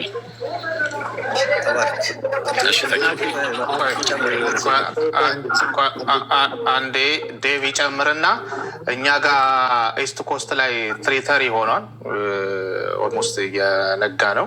ስለዚህ ዴቭ መጨረሻ መሸባቸው አለ። ሶሪ እኔም ያስቋቸው ብንቀጥል ጥሩ ነው። ዴቭ የመጨረሻውን ሀሳብህን እንትን አድርግና ስጠ ያ ምን ብለን አሳርገ የጨረስከው ከዚህ በፊት ተነጋግረናል። ቴምፖራል እና ሎጂካል የሚለውን ተነጋግረናል። ኩረሳ እንዴ ወይ እንዴት ነህ? ሰላም ይመስገን አምላክ። ሰላም ለአንተ ይሁን። ዲቫ እንዴት አለ? እግዚአብሔር ይመስገን። ሎጂካሊ እንትን ምንድን ነው ሎጂካሊ ዳግም ለመወለድ እምነት አያስፈልግም የተባለበት ማለት ነው አይደለ? ዳግም ስለተወለድን እናምናለን እንጂ ስላመንን ዳግም አንወለድም ያላችሁት ተመሰን ያሉ የርቢ ከሆኑ ያለ እምነት ነው አልካ። አሁን መጨረሻ ላይ ስታሳርገው ያለ እምነት ነው ዳግም የሚወለድ ከሞት ወደ ህይወት፣ ከዛ ሞት ወደ ህይወት የሚመጣው ሰውየው አምኖ አይደለም፣ መንፈስ ቅዱስ ነው ስራውን የሚሰራው ነው። ሰውየው ዳግም ያልተወለደ ሰው፣ ሪጀነሬት ያላደረገ ሰው ማመንም መንፈሳዊ የሆነ መልካም ነገርም ሊኖረው ስለማይችል በኮንፌሽኖቻችሁ ምስክርነት መሰረት ያ መጀመሪያ እኮ የሚሰጠው እምነት ነው። ዶናቲዮ ፊዴ ነው። ዶናቲዮ ፊዴ ያለ እምነት ጀስቲፊኬሽንም አያገኝም፣ ሪጀኔሬሽንም አያገኝም፣ ሳንቲፊኬሽንም አያገኝም። አዎ ይሄ አሁን ሪጀነሬሽን ያልኩ የትኛውን ነው? አሁን ኤርሚም ከፋፍሉ እንደተናገረው ስትሪክተስ ዲክታ አለ፣ ላቲየስ ዲክታ አለ፣ ላቲስመስ ዲክታ አለ። እነዚህ በሙሉ በሰውየው ህይወት ውስጥ በሚከናወኑበት ሰዓት ከኮሉ በኋላ ማለት ነው። የመጀመሪያው ኮል ነው። በቴምፖራል አስፔክት ኮል ነው የሚቀድመው። ያንን ኮል ሰውየው የዛን ሰዓት ቦንዴጅ ኦፍ ዊል ውስጥ ነው። ሪዚስት የሚያደርግ ፍቃድ ብቻ ነው ያለው። ያንን ኦፖዝ የሚያደርግ ብቻ ነው። ኮሉን ግን ሪዚስት ካላደረገ፣ ሪጀክት ካላደረገ ከዛ በኋላ በሰውየው ውስጥ የሚቀጥለው ኮንቨርሽን። ኮንቨርሽን ደግሞ ሪፔንታንስ እና ፌትን ሁለት ክፍል አለ። ማጋ ነው የሚጮህ። ቅዱስ ሚዩት አድርግልን። ቅዱስ ጋር ነው፣ ቅዱስ ጋር ነው። ኦኬ ከኮል በኋላ ያ ኮል የመጀመሪያው በቴምፖራል አስፔክት ውስጥ ኮል ነው የሚቀድመው። በወንጌሉ በኩል ለአዋቂ ጥሪ ይቀርብለታል። ለህፃናት ጥምቀት ነው ሚንስ ኦፍ ግሬሱ፣ ለአዋቂ ደግሞ ቃሉ ነው። በቃሉ በኩል ኮል ይቀርባል። ያንን ኮል አንድ ነገር አለው ሰው የራሱ የሆነ ማዋጣት የሚችለው ኦፖዝ የሚያደርግበት ሪዚስት የሚያደርግበት ነገር አለው። ያንን ሪዚስት ካላደረገ ቀጥታ የሚገባው ወደ ኮንቨርሽን ነው። ኮንቨርሽን ደግሞ ሁለት እንትን አለው፣ ክፍል አለው። ሪፔንታንስ እና ፌት አለው ማለት ነው። ይሄኛው ነገር በሚካሄድበት ሰዓት ዶናቲዮ ፊዴ አለ። ከዛ በኋላ ለሚካሄደው በህይወቱ ለሚካሄደው ነገር በሙሉ ዶናቲዮ ፊዴ አለ ማለት ያለ እምነት ሪጀኔሬሽን የለም፣ ያለ እምነት ጀስቲፊኬሽን የለም፣ ሳንቲፊኬሽን የለም። ይሄ ጀስቲፊኬሽን ፕሮሴስ ፌት የሚለውን ነገር ከዚህ በፊት ነገር ያለው እንደዛ አይደለም። ፌት ነው የሚቀድመው በቴምፖራል አስፔክት የሚለውን ነገር ከዚህ በፊት ተነጋግረናል። ካስፈለገ እንትኑ አለ የኛ የሉትራን ዶግማቲሽያን የጻፉትና እንትን ያሉት ማለት ነው። እሱን ማሳየት ይቻላል። እንትን ነው ዴቫ፣ ስለ ጀስቲፊኬሽን አይደለም እኮ ጥያቄው። ሪጀነሬሽን ላይም የተለያየ አይነት አለ ስላላችሁ እኛ ቱ ስፔሲፊክ ሆነን ማለት ነው ቀጥታ ያደረግነው ምንድን ነው? ከአዳማዊው ከዛ ሞት ወደ ህይወት የሚመጣበትን ብዬ ነጥዬ ነው ቀጥታ እንደዚህ ያስቀመጥኩት። አሁን እንደዚህ አይነት ራሱ አለም መግባባት እንዳይኖር ማለት ነው። ከዛ ከአዳማዊ ሞት ወደ ህይወት ለመምጣት ለህፃናት ከሆነ በጥምቀት ነው ተብሏል። ለአዋቂዎች ደግሞ በቃሉ ስብከት ሰዓት ነው ተብሏል። በቃሉ ስብከት ሰዓት መንፈስ ቅዱስ ስራውን ይሰራል። ሰውየውን ኮንቨርት ያደርገዋል ማለት ኮንቨርዥን አለ። እሱን ሪጀነሬሽንም እያለ ይጠራዋል። አክቹዋሊ ይህንንም ምንድነው ኮንፌሽኖቻችሁ ላይ ማለት ነው ኮንኮርድ ላይ አለ።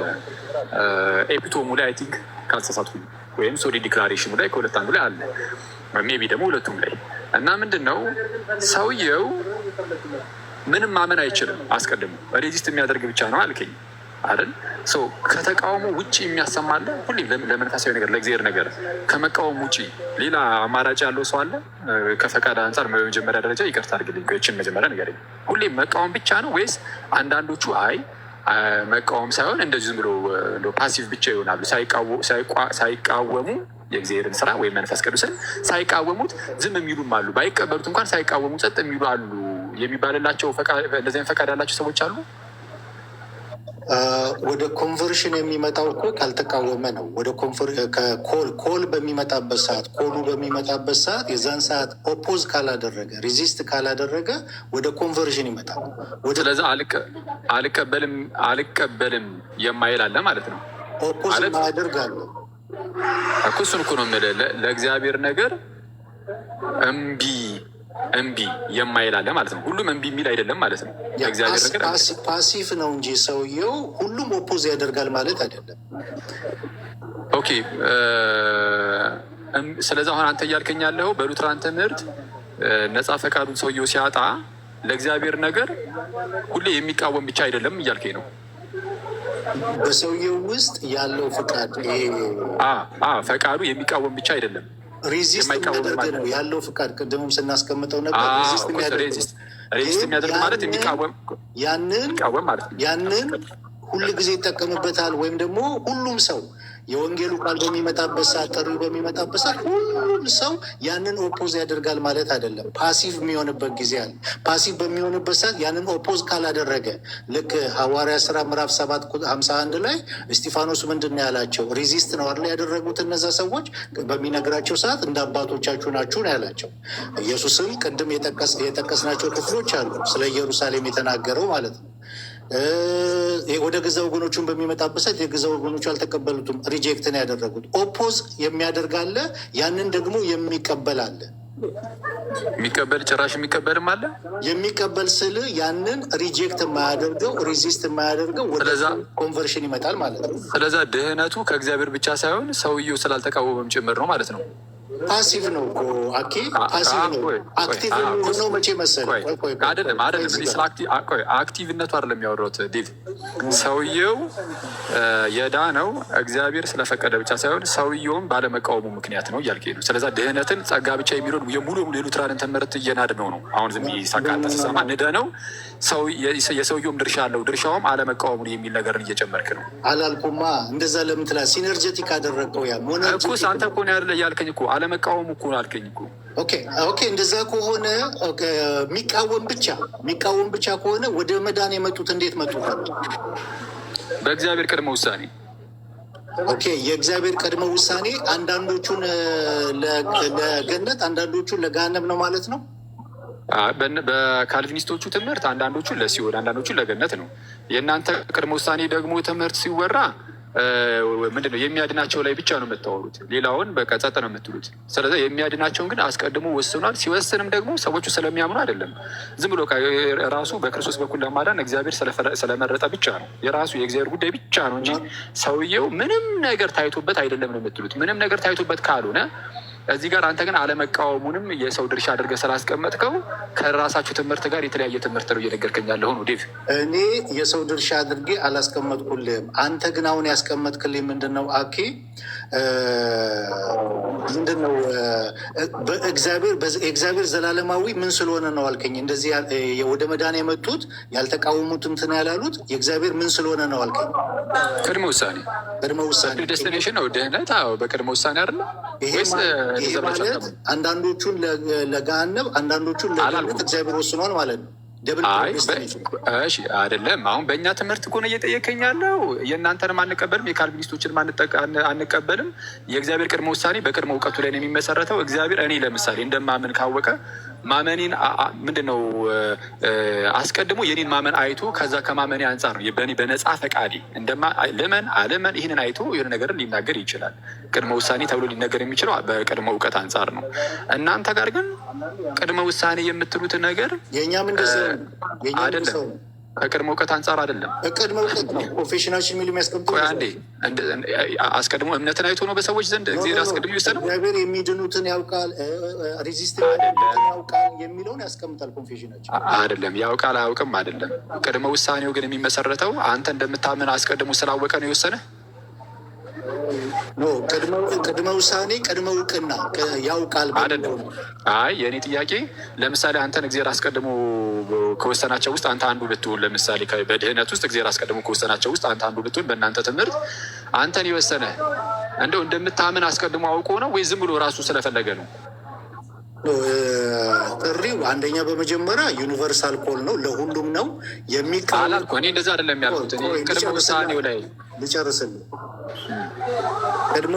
ቅድመ ውሳኔ ላይ በምትመጣበት ሰዓት ወይም ደግሞ አስቀድሞ መወሰን ላይ በምትመጣበት ሰዓት ሪዚስት ያላደረጉት ከዛ በኋላ በእምነታቸው የጸኑት አስቀድሞ ተወስነዋል ብለን ነው እንትን የምንለው። በምናቸው ሬዚስት ያላደረጉት በእምነታቸው ደግሞ እስከ መጨረሻው የጸኑት እነዚህ አስቀድመው ተወስነዋል የሚለውን ነው የምናስቀምጠው። እኩስ እሺ፣ ሬዚስት ያላደረጉት ያመኑት፣ የጸኑት እነዚህ ሁሉ ነገር ያደረጉት አስቀድሞ ስለተወሰነባቸው ነው ወይስ አይደለም? መሰረቱ የእግዚአብሔር ቅድመ ውሳኔ ነው ወይስ የራሳቸው ነው? ኦኬ እሰማለሁ ኤርሚ። አዎ ግን አንዴ ከዴቭ ጋር እየተደጋገመ ስለሆነ ብዬ ነው። ከዚህ በፊትም እኔ እናንተ ማውርተንበታል ብዬ ነው። ልደትም ቢቀር ይሻላል ትንሽ በጣም ሰዓትም እየሄደ ስለሆነ እሺ እናሳጥረው ብዬ። እሺ ይቻላል። ጥሩ ሀሳብን አቅርብና እንጨርሰው ይሄን ሀሳብ። ከዛ አይቼ አሁን መጨረሻ ላይ እኮ እሺ አይ እኔ እንኳን ሀሳቤ የነበረው ይኸው ነው። ምንድነው እግዚአብሔር አስቀድሞ ወስኗል ስለምትል ፕሪዴስቲኔሽንን ስናወራ እግዚአብሔር ከእኛ ምንም አይቶ አይደለም፣ ምርጫው በክርስቶስ በኩል ነው ብለን ነው የምናስቀምጠው።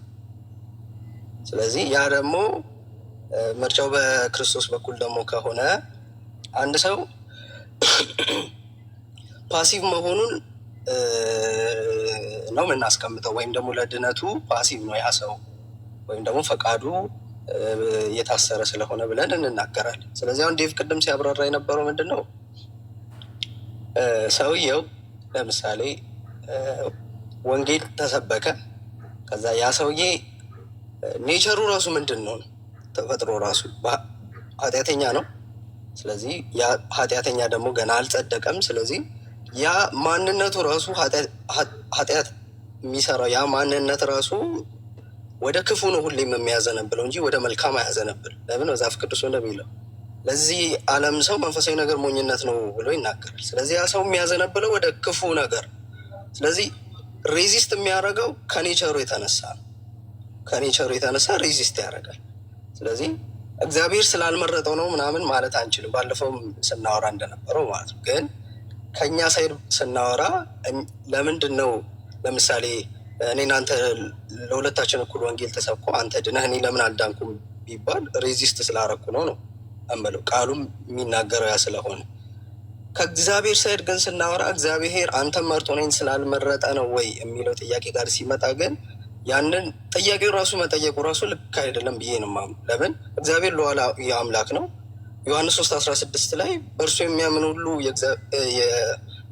ሁሉ የዘላለም ሕይወት እንዲኖሩ እንጂ እንዳይጠፋ እግዚአብሔር አንድያ ልጁን እስኪሰጥ ድረስ ዓለምን እንዲሁ ወዶአልና ይላል። ስለዚህ ሁሉን እንዲድን ፈልጎ እግዚአብሔር ልጁን ከላከ እንትናን መምረጥ እንትናን አትድንም የማለት ደግሞ እንትኑ ራሱ ይጋጫል። ስለዚህ በቃሉ የተነገረ ምንድን ነው? እግዚአብሔር ሁሉም እንዲድን መፈለጉ አለ። በልጁ የሚያምን ደግሞ እንዲድን መፈለጉን ደግሞ በግልጽ ቃሉ ተናግሯል። ስለዚህ አንተ ውስጥ ሰርቶ ከዛ እኔ ውስጥ ደግሞ ለምንድን ነው ያልሰራው? እኔን ስለማይፈልገኝ ነው? ስላልመረጠኝ ነው? እኔን ማሸነፍ አቅቶት ነው የሚለው ጥያቄ ጋር ሲመጣ እዛ ጋር ሚስጥር ነው የምንለው። ለዛ ግን ማውራት የምንችለው ነገር እኛ ለምንድን ነው ያልዳነው ቢባል እኛ ሬዚስት ስላደረግን ነው እንላለን። ግን ሲባል እግዚአብሔር ነው ያዳነን ተብሎ ነው የሚቀመጥ። ኤርሚ የዚች ጋር አንድ አሁን ቀለል አድርጌ ልጠይቅህ። ለምሳሌ አንተና ማን እንደዚህ ከኤርሚ ጋር እንጨርስ። ይቅርታ ኒጋ አንድ ለምሳሌ እንደዚህ እናደርገው እስኪ በደንብ ግልጽ እንዲሆን ማለት ነው። ለምሳሌ አንተንና አንድ ሰው እንውሰድ እዚህ ውስጥ። እሺ ቆይ ሉትራን ያሉ ነው ለምሳሌ ለጊዜው ዮኒ ነው እንበልና አንተና ዮኒን እንውሰድ። እና ለምሳሌ ዮኒ ለጊዜው ምንም በቃ ምንም አይነት ቤተ እምነት ውስጥ የለም ብለን እናስብና እሱ አልዳንም እንበል። እንደ ምሳሌ ነው፣ ዮኒ እንዳትቀየም ምሳሌ ብቻ ነው። አንተ ደግሞ ድነሃል እንበል። ገና እየተወዛገብኩ ነው። እውነት ኧረ በፍፁም ለምሳሌ ብቻ ነው። እውነት ነው። ውዝግብ ላይ ነኝ እና ዮኒ አልዳንም እንበልና ለምሳሌ አንተ ግን ድነሃል። ዮኒ ያልዳነው አንተ የዳንከው እግዚአብሔር አስቀድሞ ማለት ነው አንተን ሲያድን ነው። ዮኒ ግን ያልዳነው በምን ምክንያት ነው? በማን ምክንያት ነው ስልህ ዮኒ እምቢ ስላለ ነው ትላለህ። አንተ ራስህ እንደ ዮኒ እምቢ የምትል ሰው አልነበርክም ወይ? ምክንያቱም ከፍጥረት የእግዚአብሔር ነገር የምትቃወም ብቻ ከሆንክ፣ አንተም እንደ ዮኒ እምቢ የምትል ብቻ ከሆንክ አንተን እንዴት ነው እንደዚህ ወደ ድህነት በየት በኩል ሊያመጣህ ቻለ? አንተ እምቢ ብለው ወደ ድህነት መጣል፣ ዮኒ እምቢ ብሎ ግን ወደ ድህነት አልመጣም። በሁለታችሁ መካከል ያለው ልዩነት ምንድን ነው? በአንተና በዮኒ መካከል ሁለታችንም ኃጢአተኞች ነን እኮ። እሱ ከመዳኑ በፊት እኔ ካለመዳኔ በፊት ሁለታችንም ኃጢአተኞች ነን። ግን የምታስቀምጠው እዛ ጋር ከእግዚአብሔር ሳይት ስታስቀምጠው ከሰው ሳይት ስታስቀምጥ ድነትን ሁለቱ የተለያየ አስፔክት ነው። እኛ ፓሲቭ ነን፣ ድነትን የምንቀበለን። እግዚአብሔር ደግሞ ድነትን ሰጪ ነው። ስለዚህ ዮኒ የዳነበት ምክንያት እግዚአብሔር ነው በውስጡ የሰራው። ከዛ ኒውስ ለምን አልሰራም እኔን ስላልፈለገኝ ነው የሚለውን ከእግዚአብሔር ሳይት ስታወራ ያንን በቃሉ አልነገረም። እኛ የምናውቀው እግዚአብሔር የሁሉንም መዳን እንደሚፈልግ ነው። የኔንም የዮኒንም መዳን ፈልጎ እግዚአብሔር ጸጋውን ይዞ ወዴት መጣ? በቃሉ በኩል ወደ እኔና ወደ ዮኒ መጣ። ለሁለታችንም ተሰበከ። ስለዚህ ሬዚስት አረኩ እኔ፣ ዮኒ ደግሞ እግዚአብሔር በውስጡ ሰርቶ ዳን። ስለዚህ እንዴት እሱን አድኖ እኔን አላዳንም የሚለው ጥያቄ ጋር ሲመጣ ያንን ሚስጥር ነው ነው የምንለው። ኦኬ ጸጋው መጣና ዮኒ ጋር ሲደርስ ውስጡ ገብቶ ሰራለት አዳን። አንተ ጋር ሲመጣ ግን ውስጥ ገብቶ ሰርቶ አላዳን። ለምንድን ነው እሱ ከዮኒ ላይ ምን ታይቶ ሲባል ምንም አልታየም አይደለ? ዝም ብሎ ገብቶ ሲያድነው ዮኒ ፈቃደኛ ሆኖ አይደለም፣ አምኖ አይደለም፣ ምንም ሆኖ አይደለም አይደል? ፓሲቭ ነው እኮ ይቀበላል እኮ። ትረስት እኮ የሚያደርገው እግዚአብሔርን ነው። ምንም እንትን አይልም ማለት ሮቦት ነው አይደለም። ፓሲቭ ነው ማለት ሮቦት ነው ማለት ነው። በዚህ በሌላ አማርኛ ፓሲቭ ነው ማለት አክቲቭ አይደለም። ኤርሚ ፓሲቭ ነው ማለት አክቲቭ አይደለም እየተባለ ነው። ሚኒንግ ምንም አይነት የፈቃድ ትብብር ማድረግ አይችልም። ፓሲቭ ነው ማለት የፈቃድ ትብብር ማድረግ አይችልም ነው። አክቲቭ ዊል ሲሆን የፈቃድ ትብብር ማድረግ ይችላል። አዎ በቃ ልዳን ብሎ በፈቃድ ይተባበራል። ፓሲቭ ሲሆን ግን ልክ እንደ ሮቦት ምንም ማድረግ አይችልም። ራሱ እግዚአብሔር ራሱ በራሱ ብቻ ይሰራውና ከዛን እንዲያምን ያደርገዋል። ያኔ አክቲቭ ያደርገዋል። እና በበደላችሁ ሙታን ነበራችሁ የተባለው ሰው እንዴት ነው ፓሲቭ ላይሆን የሚችለው? እሱን ነው የምልህ ኤርሚ። አሁን ሙታን ስለነበሩ ምንም በፈቃዱ መተባበር። አንዴ ይቅርታ፣ እንትን ሌላ ሰው እየገባ ነው መሰለኝ። አንዴ ይቅርታ። ቆይ አሁን ኤርሚ አሁን የጠየቀኝን በኃጢአታችሁና በደላችሁ ሙታን ነበራችሁ ስለተባለ ፈቃዱ ፓሲቭ ነው መሆን ያለበት፣ ምንም መተባበር አይችልም አልከኝ። አሁን ይህንን ልመልስልህ ካልኩኝ ከመጽሐፍ ቅዱስ መልስልሃለሁ በጣም በቀላሉ፣ ግን እሱ ክርክር እንዳይሆን ፈራሁኝ። ልመልስልህ ካልኩኝ አንተ የጠቀስከው እዚሁ ኤፌሶን 2 አይደለ? ዝም ብለህ ዝቅ በል። አሁን አንተ ከቁጥር 5 ያለው እንደዚህ ይላል። ዝቅ ብለህ ዝም ብለህ ቁጥር 8 ላይ ሄደህ ስታየው ጸጋው ያዳናችሁ በእምነት ነው ይላል። አየህ፣ የሞተው ሰው የራሱ ሄዳ ነው በእምነት ነው። የሞተው ሰው ማመን ይችላል። ስለዛ አክቲቭ ነው፣ ዊሉ አክቲቭ ነው፣ ፈቃዱ አክቲቭ ነው፣ መተባበር ይችላል። በሞቱ ስቴት ሆኖ እንዴት ነው እግዚአብሔርን አምኖ ወደ ድነት የሚመጣው? እስኪ ነገር ቆይ አንዴ ሐዋርያው አንዴ አውግስበርግ አንዴ ከይቅርታ ጋር ነገሩ ወደ ጭቅጭቅ እየሄደ ስለሆነ ፕሊስ እኛ በጣም ስለቆየ እኔ ጋር 4 ሆኗል። ዮኒን ሳናመሰግን አንሄድም ብለን ነው። መቀጠል ግን ትችላላችሁ ሌሎቻችሁም በኋላ። እኛ ዮኒ አንዴ ሐዋርያው እንዳትረሳና ጨርሰን አንዴ ሐዋርያው አይደለም ነብይ ልደት ነው አሁን ያወራው።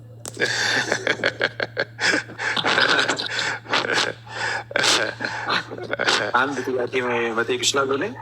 አይ አንዴ በጣም ቆየን ልደት፣ ሌላ ጊዜ እኛ ቤተም ስለምንከፍት እኮ አለን። አሁን አኬም ቢሆን ያው ብዙ አውርተናል ከዚህ በፊት። አንተ ከወጣ ዴቭ ካለ ኤኒዋን ከእናንተ ውስጥ አንድ ሰው ካለ ያ እንግዲህ ሌሎቹ የሚችሉ ከሆነ መቆየት ይችላሉ።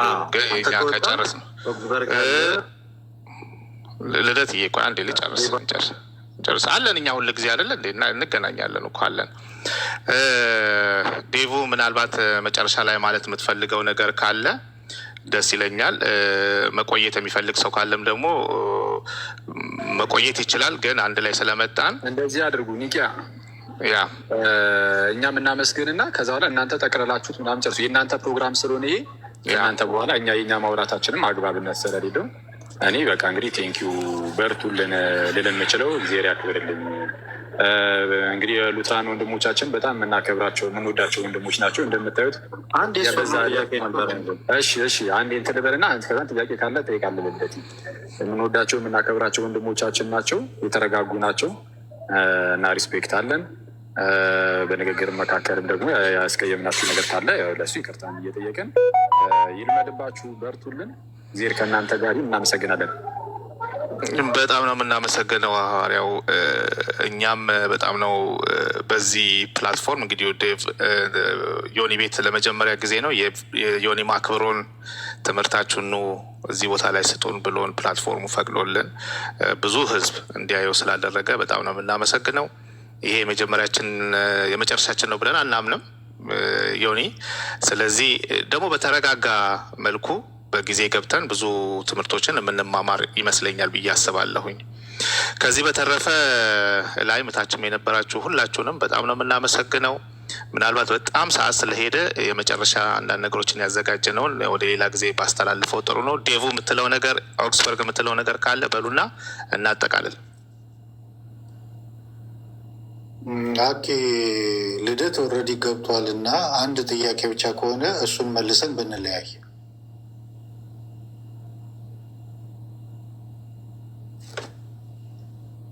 እሺ ቴንኪዩ ዴቭ በጣም አመሰግናለሁ። ይህ ጥያቄ ቅድም ሙሉ ለሙሉ አልሰማሁም። ከሰማሁት ነገር አንጻር ነው የምናገረው። ተነስቶ ይሁን አይሆን አላወቅኩም። ከተነሳ ሌላ ጥያቄ እጠይቃለሁ። ይህ መልሰነዋል ትሉኛላችሁ። ቅድም ዮኒ ሲጠይቅ ከኦርቶዶክስ ቤተክርስቲያን አንድ ሰው ወደ እናንተ ቢመጣ ጥምቀት ይወስዳል ወይ ስትሉት አይ አይወስድም የሚል መልስ ሰጣችሁ ነበር አይደል ዴቭ? አይወስድም።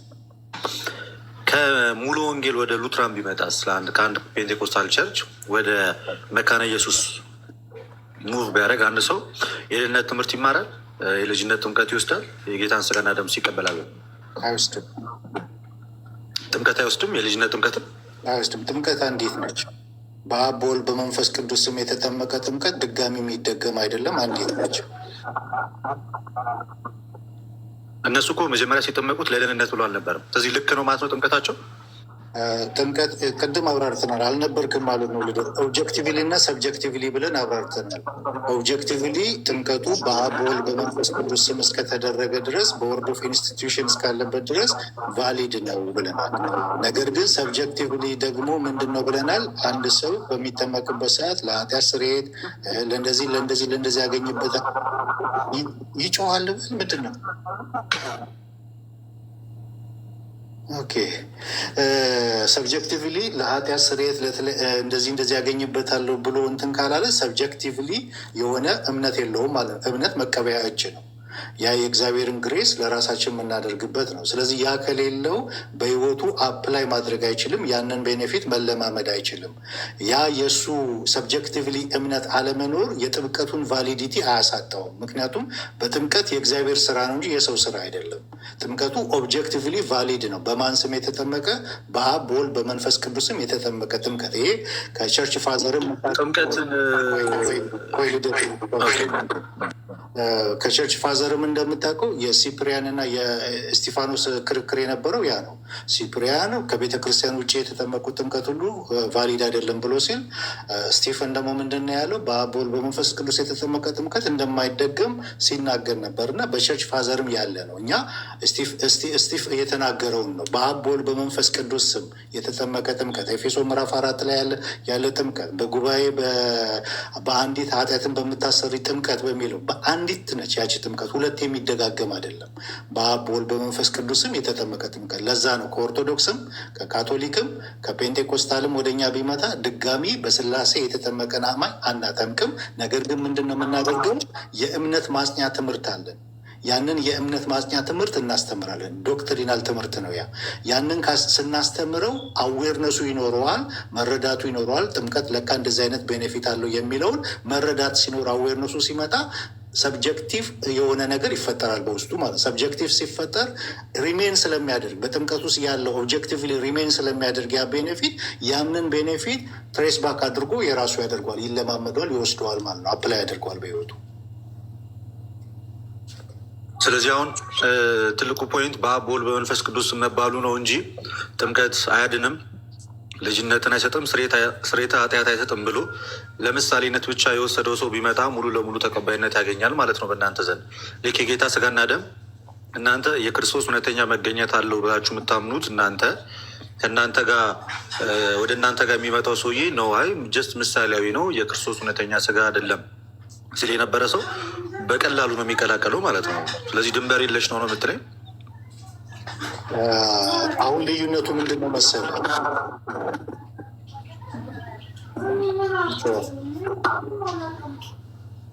ልዩነቱ ምንድን ነው መሰለህ? ኮንፌሽን እኛ ኮንፌሽን አለን። ከኮንፌሽናችን ውጭ አንዲት እርምጃ መራመድ አንችልም። ኮንፌሽናችን ላይ እየተቀመጠ አለ። ቅድም ብያለሁ። እንደገና ደግሞ አመክንዮ ያልገረደው እውነት የሚላል መካኒሱስ ያወጣችው አስተምሯል። እሱ ላይ የተቀመጠ አለ። ሉተር አናባፕቲስቶችን ሪፊዩት ያደረገበት አለ። የአናባፕቲስቶች ድክመታቸው ብሎ ኮንሰርኒንግ ሪባፕቲዝም ጽሁፍ አለው። እዛ ላይ ሪፊዩት እነሱ ትልቁ ስህተታቸው የጥምቀትን ግራውንድ ለሰው መስጠታቸው ነው። በሰውየው እምነት ላይ ወይም በአጥማቂው ላይ ማድረጋቸው ነው። የጥምቀት ግራውንድ ግን ራሱ እግዚአብሔር ነው፣ ኤጀንሲው ራሱ እግዚአብሔር ነው ብሏል። አሁን እኛ ኦብጀክቲቭሊ ጥምቀት የእግዚአብሔር ስራ ነው፣ በጥምቀት ውስጥ ኤጀንሲው ራሱ እግዚአብሔር ነው ብለን ነው የምናምነው። ከዚህ የተነሳ በወልድ በመንፈስ ቅዱስ ስም የተደረገ ጥምቀት ቫሊድ ነው። ኦብጀክቲቭሊ እያልኩ ያለሁት ምንድን ነው? ኦብጀክቲቭሊ ኦብጀክቲቭሊ እና ሰብጀክቲቭሊ መለየት አለብን። ሰብጀክቲቭሊ ሰውየው ጥምቀት ለኃጢአት ስርየት፣ ጥምቀት ለድህነት፣ ጥምቀት እንደዚህ ያገኝበታለሁ ብሎ የማመን የራሱ የማድረግ የመውሰድ የመቀበል ነው። ሰብጀክቲቭሊ ያ እምነት ሳይኖረው ተጠምቋል። የእሱ እንደዚህ አይነት እምነት መኖሩ ሉተር እንዳውም ሲገልጠው አንድ አይሁዳዊ በተሳሳተ አይምሮና በተሳሳተ ነገር መጥቶ በአብ ወልድ በመንፈስ ቅዱስም ቢጠመቅ ጥምቀቱ ቫሊድ ነው ነው የሚለው። አንድ አይሁዳዊ እንኳን በተሳሳተ መረዳት የእሱ በተሳሳተ መረዳት ትክክል ባልሆነ መረዳት መጠመቁ የጥምቀቱን ቫሊዲነት አያሳጣውም ነው የሚለው። ኮንፌሽናችንም እንደዛ ነው የሚያስቀምጠው። ኦኬ፣ ስለዚህ የፔንቴኮስታል ጥምቀት ቫሊድ ነው እያልከኝ ነው ማለት ነው። አሁን እነሱ ቫሊድ ነው። ጥምቀት አያድንም ባይሉም የእነሱ ጥምቀት ኦብጀክቲቭሊ ቫሊድ ነው። ልደት ኦብጀክቲቭሊ ቫሊድ ነው። ኦኬ፣ እሺ፣ ቴንክ ዩ። ምናልባት አንድ የመጨረሻ ጥያቄ አገኘው አንድ የመጨረሻ ጥያቄ እንገናኛለን እኮ አንድ ብቻ ነው ያልከው። ይሰማል ድምጼ? የመጨረሻ አንድ ከተፈቀደ ምንድነው ጥያቄ? ልክ ነህ። ፈቃደኛ ከሆንክ ብቻ ነው፣ ካልሆንክ ትሰክ ሌሎቹ ሰኔ እኮ ሚካና እንትን ብዬ ነው አስፈቅጄ ነው ዮኒም ደክሞታል ብዬ ነው።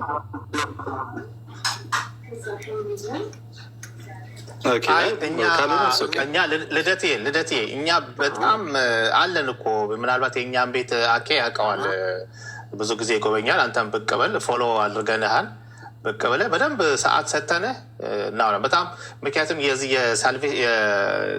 እንትን ፍሪዌል ሳልቬሽን ትምህርቶች ዲፕ ናቸው እና ጊዜ የሚፈጁ ነው። እዚህ ቦታ ላይ በጣም ብዙ ሰዎች ተርሚኖሎጂው ራሱ አንደርስታንድ የማያደርጉ ኮንፊውዝ የሚያደርጋቸው ብዙ ሰዎች አሉና ምናልባት መተህ ቤታችን በደንብ ወይም ደግሞ ሌላ ቀን በአንድ ርዕስ ላይ መነጋገር ብንችል ጥሩ ነው። ልደት ግን ዛሬ ፍቀድልን። ኦልሞስት 4 ሆኗል። ሊነጋ 2 ሰዓት ነው። ስራ እንገባለን ጠዋት። እሺ፣ በጣም ነው የምናመሰግነው። ዴቭ መጨረሻ የምትሉት ነገር አለ?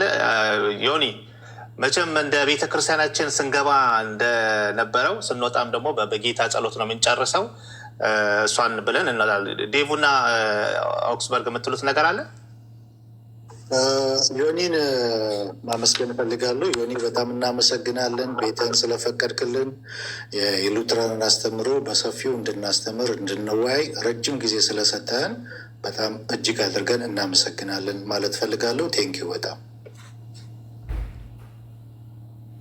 እኔም እግዚአብሔር ይባርክ ማለት ፈልጋለሁ። ዮኒ እድል ስለሰጠህን እንደዚህ ትምህርታችን እንድናስተምር ስላገዝክን ልበል እናመሰግናለን። ከታችም የነበራችሁ የእኛን ትምህርት ስትከታተሉ የነበራችሁ እናመሰግናለን ማለት ፈልጋለሁ። እግዚአብሔር ሁላችሁንም ይባርካችሁ። ስለሰጣችሁን እድል እጅግ አድርገን እናመሰግናለን። ያው ድጋሜ እንገናኛለን ከእነ ልደት ጋርም። ያው ተባረኩ፣ እግዚአብሔር ያክብረልን። ይሁን አባታቸው ነው የሚለውን አንዴ ብለን እናጠናቃ። እሺ፣ ቴንኪው በጣም ነው የምናመሰግነው። አሜን። አባታችን